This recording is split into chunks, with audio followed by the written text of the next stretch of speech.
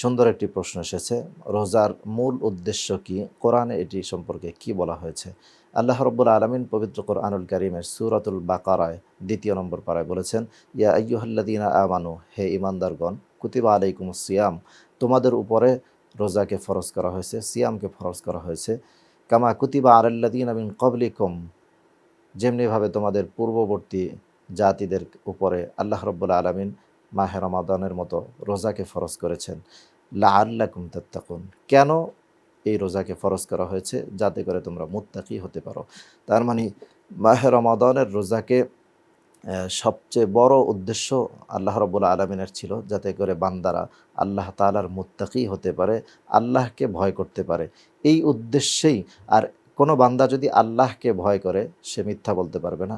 কোনো বান্দা আল্লাহকে ভয় করতে পারলে সে নামাজ ছাড়তে পারবে না, সে রোজা ছাড়তে পারবে না, সে অন্যকে ঠকাতে পারবে না, সে সুদ, ঘুষ এগুলো থেকে সে নিজেকে বিরত রাখতে পারবে।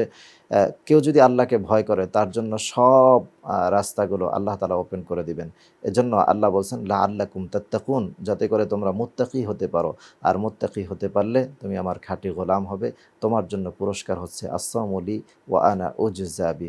হাদিসের মধ্যে এসেছে, রোজা আমার জন্য এবং এর প্রতিদান আমি আল্লাহ নিজেই। অতএব বোঝা যাচ্ছে মাহে রমাদানের উদ্দেশ্য হচ্ছে মুত্তাকি হওয়া। আমরা যদি মুত্তাকি হতে পারি, আল্লাহ রাব্বুল আলামিনের নৈকট্য হাসিল করতে পারবো, আল্লাহ তাআলার খাঁটি বান্দা হতে পারবো।